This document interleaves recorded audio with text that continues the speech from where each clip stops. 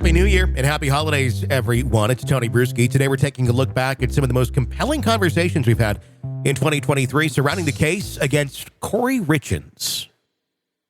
This is an examination of the hidden human condition. This is the Hidden Killers Podcast. The Hidden Killers Podcast. With Tony Brueski. We are talking with retired FBI Special Agent Jennifer Coffindaffer right now about the case against Kouri Richins. Let's start with some of the search history that we've learned on Kouri Richins, which almost rings interesting or connecting to Brian Walsh, another case that we've been following where he is accused of murdering his wife and then Googled every which way to hide a body. It looks like Kouri decided to start the Googling after the process of death.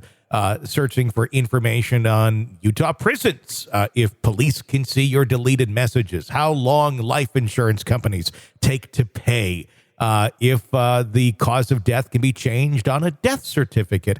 One of my favorites, though, was luxury prisons for the rich. It was something along those lines. Like, do you really think this exists? What's your reaction to all of that searching? Well, in this day and age of Google and in this day and age of all of us utilizing our phone just really nonstop to research things, it's working so much against all of these criminals. Most of these criminals or those accused, right? If she's not been convicted, but she's been accused, they don't think they're going to get caught. Yeah. You know, they operate under the premise that they did it correctly. They're geniuses. Their narcissism kicks in, and they think they're free and clear. And I truly think when they do things like this, like writing the book, doing Google searches, I think it probably gives them a little bit of a little adrenaline high.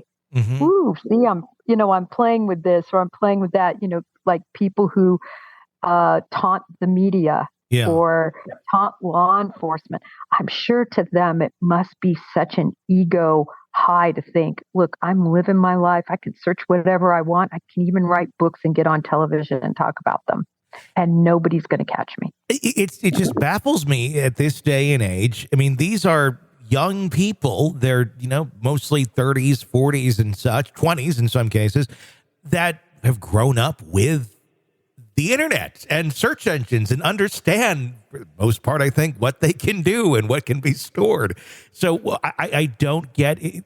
I mean, are some of these like some sort of weird narcissistic or cries for help of, I'm going to search these things and maybe someone will find them? Or do they really think no one's ever going to detect these very obvious clues that they're leaving? I think they truly believe they're free and clear, that they've done such an amazing job. I'll give you an analogy that's kind of a physical analogy. Yeah. So when people clean up after a murder or anything that would leave physical evidence, right? They get their bleach, they've got their mops, they're cleaning all around, and they realize, wow, I've done this fabulous job. I've got it all. And they stop cleaning. And law enforcement, particularly those that are in crime scene, count on that narcissistic, I did such a great job with the cleanup. And they stop. And guess what? They can't get it all. They're not going to get it all. There's no cleanup they can do that's going to get every clue. And again, that's really what crime scene analysts count on. Are these search engine histories becoming more and more valuable in cases? I mean, it is almost, I'd almost consider them more valuable because you're getting into their head and you're hearing exactly what they're thinking about. It's not just, oh, crap, there's still blood in the carpet fibers, but I didn't realize that the Bissell didn't quite get it out.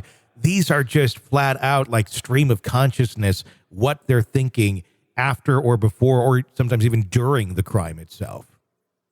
Tony, I totally agree, because in the past, you couldn't get into somebody's mind. You could get those facts, as you just said. You could get the facts. You could get the physical evidence. You can follow the breadcrumbs. But now we're seeing intent. We're seeing intent. And that's what the prosecution is just salivating over. And in the past, we didn't have that. When I say in the past, prior to all these, Google searches that everyone does now. And so now the prosecution gets to rely on all these searches to show a jury, see, they intended to do it. This wasn't an accident. There's obviously, in this case, there's been talks in the past from his family members about him being concerned for his own safety, suspecting that she possibly poisoned him in the past, but he wanted to stay there for the kids. And then he stayed. Did him staying, and when your spouse does something like that, even though you are, behind the scenes trying to do something to harm them, does that enable that sort of behavior even more? Because it's like, look, I think he's probably onto me, but he's still with me. Does it make them feel more empowered, do you think? I think probably more empowered, but I really look to the spouses on this and their decision making from the standpoint of, most people are wonderful people. They just don't think like a murderer thinks. They could never even fathom taking a life of anyone, much less somebody that they, sleep with at night, that they love, that's the mother of their children or father of their children. And so for them to even connect the dots that my spouse is trying to kill me is such a huge mental hurdle for them to overcome, even though they might have clear facts pointing to that, which he had. But they want to see the good in the person that they love, not the bad. But he did take steps, which was good.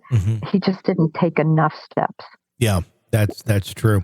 One other interesting point I've noticed on this, and I'm curious if you have a take on it.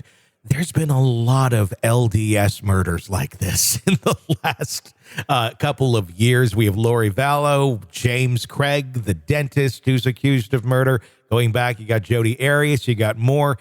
Is there something in this teaching or belief system that somehow tees people up to a level of believing that this is something that they can pull off? I mean, there's plenty of other religions of people here and there, but it just seems interesting, especially to the level at which LDS and some of the offshoot versions seem to play a role in with Lori Vallow. Well, I think Lori Vallow, certainly she used that. I really never bought into that. I felt like it was a convenient excuse rather than truly her beliefs in anything religious. You take Jodi Arias, of course, Jodi Arias converted, right, to follow, to try to gain more love from her love interest. But in terms of these other individuals that were actually raised in that religion, LDS is an interesting religion. In the FBI, I'll give you an example. If you look at the number of LDS members in our society, it's really just a minuscule percentage, right, of all the people in the United States. But if you look in the FBI, it's a very high percentage. I was never on a squad. My squad had 3 LDS members. There were, I used to have the exact percentage because I found it so fascinating. Same in the U.S. Attorney's Office, same in law enforcement as a whole. And of course, there's been books written on this, which I have also found very interesting. But all that aside, back to your question, because I don't mean to digress, but I do find it interesting. I don't think that is necessarily connected to their religion, but I do think their religion leads them to law enforcement and to powerful positions in government and in the U.S. Attorney's Office and other district attorney's offices. Interesting. So if I'm understanding correct, there's an unproportional amount of people that are in government or in law enforcement belonging to that, but also an unproportionate number that are criminals or accused of crimes as compared to others when you consider the actual makeup of society and the amount that are out there. That's correct. That's interesting. I've been wondering about that for a while now, and you answered that question very eloquently for us. Thank you. That's interesting to note. This is an examination of the hidden human condition. This is the Hidden Killers The Podcast Hidden Killers Podcast. with Tony Brueski. Retired FBI Special Agent Jennifer Coffindaffer, thank you so much for your insight into this case. Very much appreciated. Hey, if you want to weigh in on anything we're talking about, our phone number is 888-554-5537. 888-5-KILLER to weigh in and give us your insight. We'd love to hear it. I'm Tony Brueski. Stay with us.